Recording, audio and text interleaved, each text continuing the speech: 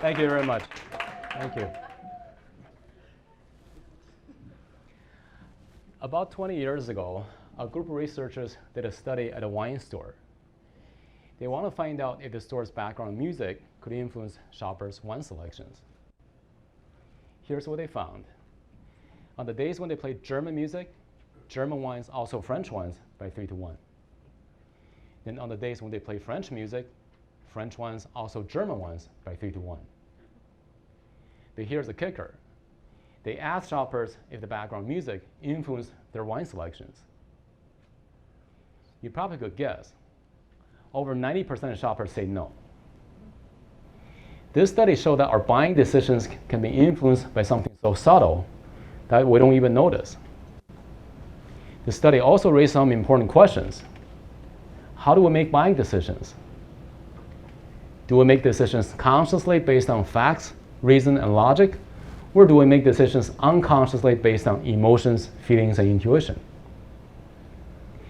Next, I'd like to share with you how our unconscious emotions influence our decisions. Anybody remember New Coke? Yeah.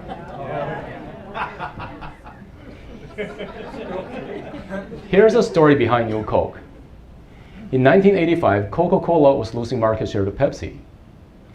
Pepsi had been taunting Coca-Cola by claiming that in blind taste testing, more people preferred Pepsi over Coke. Coca-Cola decided to improve the taste by changing its formula. It came up with New Coke. Over 200,000 people taste tested New Coke. Overwhelmingly, people preferred New Coke over the original Coke. More importantly, people preferred New Coke over Pepsi. With a lot of confidence, Coca-Cola rolled out New Coke. But very quickly, this sweet drink turned into a bitter pill that cost Coca-Cola tens of millions of dollars.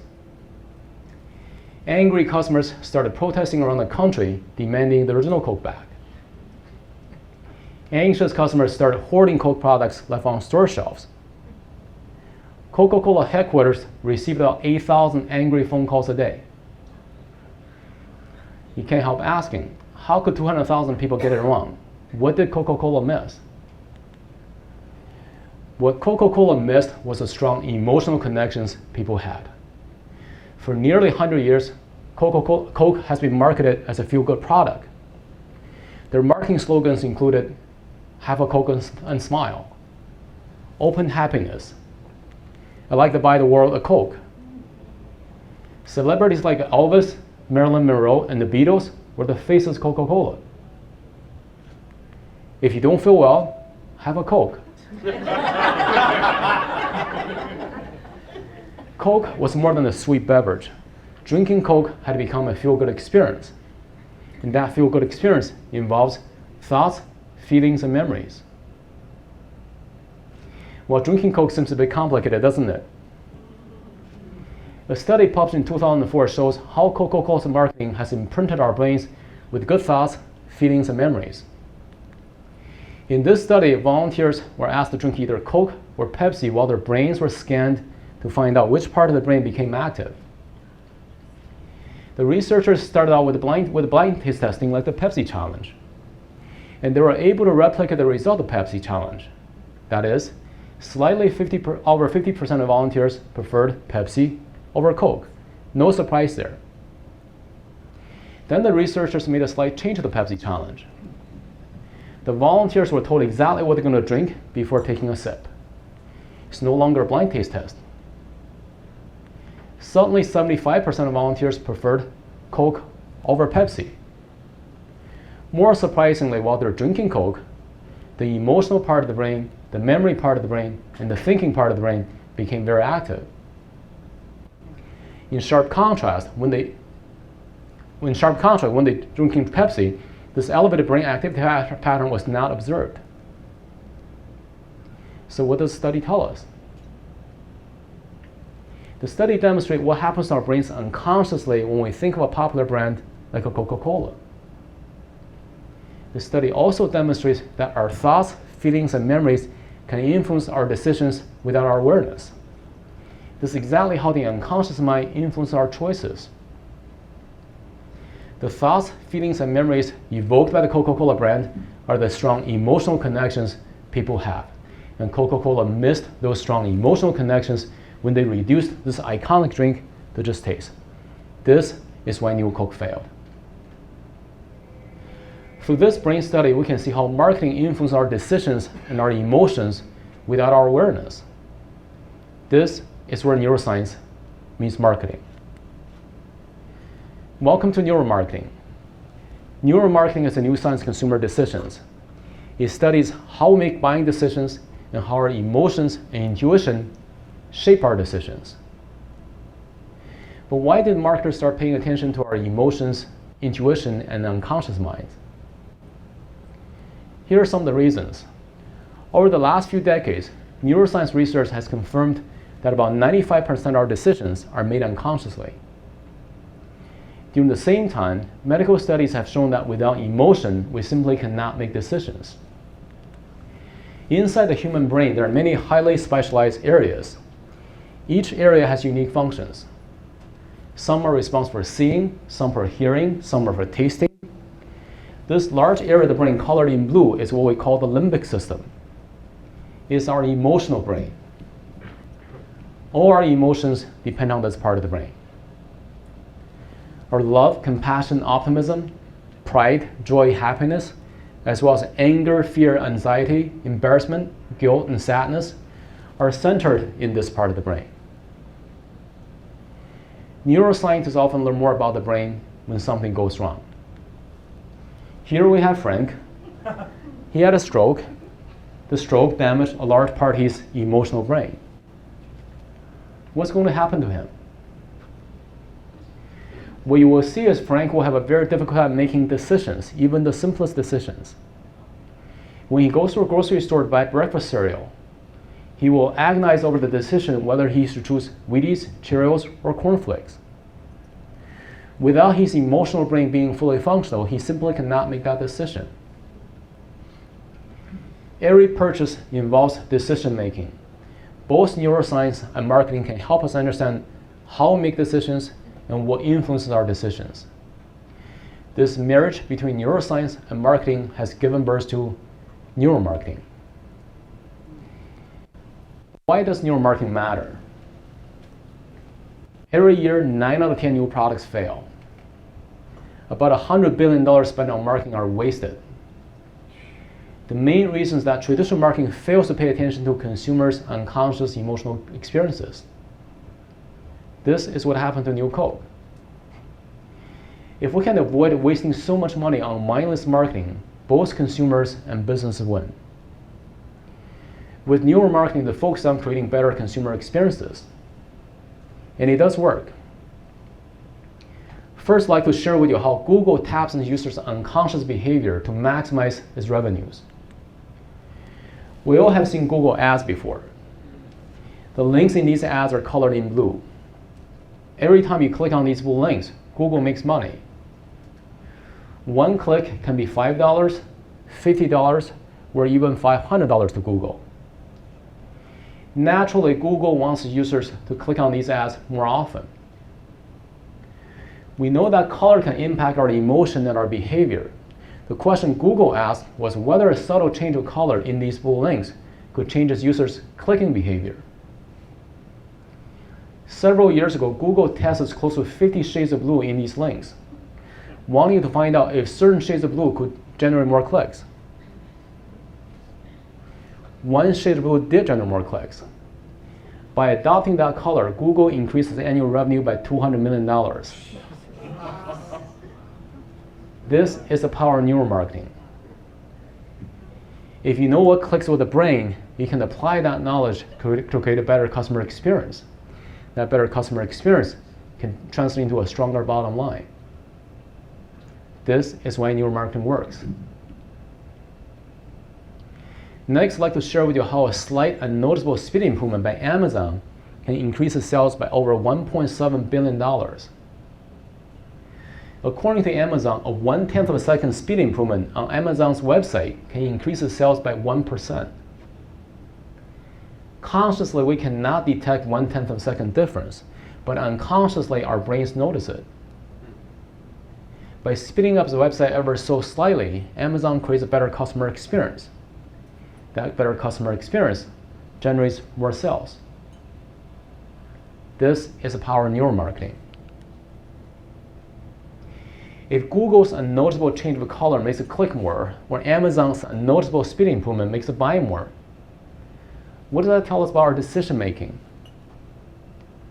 Are we in total control of our decisions, or are they influenced by something so subtle that we don't even notice?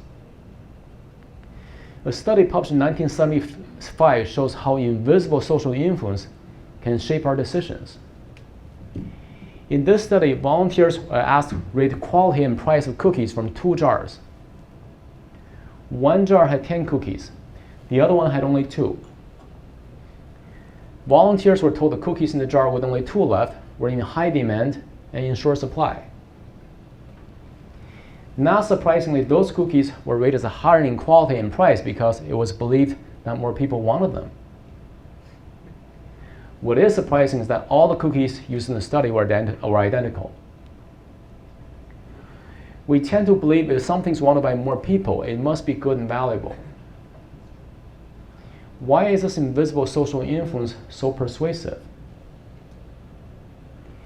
It is because decisions create uncertainty. We feel safer by following decisions made by a crowd. This is a natural bias in our brains. Amazon understands this bias very well and uses this bias to persuade us to buy. Imagine you need a new coffee maker. How does Amazon help you decide? First, you're going to see a 4-star rating, then over 5,000 customer reviews, then over 1,000 questions answered, then #1 bestseller. All this information is based on other customers' opinions. And this information comes before you see the price and the free shipping offer. Amazon pursues you by using this invisible social influence. Most people have not heard of neuromarketing yet, but if you ever bought anything at Amazon, you've been persuaded by Amazon's neuromarketing techniques. We have seen how color can impact how we click. I want to share with you something about how color can impact our cognition as well. And I want to share with you a story first, and I'll let you know why this is important to, or why this is relevant to marketing. This story goes back about 20 years ago at a university. This professor, he always came out with 4 sets of questions for exams. And then he printed the 4 sets of questions on 4 colors of paper: pink, yellow, blue, and green, because he wanted to prevent cheating. Then one day he did not have enough time to come up with 4 sets of questions. He printed the same set of questions on 4 colors of paper. While he was grading them, he saw something that he did not expect to see. The top 10% all came up yellow, and the bottom 10% all blue and pink. This observation triggered a 10-year study on how color impacts our cognition. And here's the finding. As a background color, white and light yellow enhance our cognition. Red, blue, and green dumbs down. The best way to remember the result of the study is to think of a legal pad. What are the most 2 popular colors for legal pads? Yellow and white. Now you know why we're attracted to yellow and white legal pads, because they enhance our cognition. But why is this relevant to marketing? As business owners, you spend a lot of time creating well-crafted marketing messages. You want to separate yourself from your competition.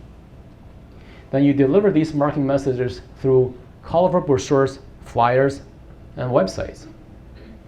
You want to be mindful what colors you use. If you choose the wrong color, you may dumb people down, and they may not get your marketing messages. Let's look at some examples. Here we have a colorful brochure, white on blue. Here we have a colorful website, white on red. As human readers, we're very conditioned to reading black on white, black on light gray, black on light yellow. And when we read books, newspapers, and magazines. So be mindful what color to use when you do advertising or marketing. Choose the right color so you help people understand your marketing messages. I hope you feel inspired by this new way of marketing, and more importantly, by this new way of thinking. I'd like to close my talk with one more story. This story has some bathroom humor, literally and figuratively. It's about urinal spillage. When a guy stands for a urinal, he often does his business mindlessly and aimlessly. Spillage happens. It costs money to clean it up. It's a universal problem. In 1990s, the Amsterdam airport came up with a brilliant solution. All they did was to etch the image black fly near the drain urinal. When guys see that black fly, they start aiming at it unconsciously. That reduces spillage by 80%. Well, other than my poor taste of humor, what's the point? I like this story because this fly serves as a good metaphor. When it comes to marketing, business owners always want to find game changers. But very often they look for the game changers all in the wrong places. Sometimes they just threw something at the wall, see if it sticks. If you understand how the brain works, you understand how people make their decisions, you can find a game changer that can have a huge impact. The most fascinating thing is, very often this game changer is something we don't even pay attention to. It can be something very subtle, like the background music in a wine store, a slight change of a color by Google, a noticeable speed improvement by Amazon, or a fly as a target. Once you find something subtle by following neuroscience, the impact will be anything but subtle.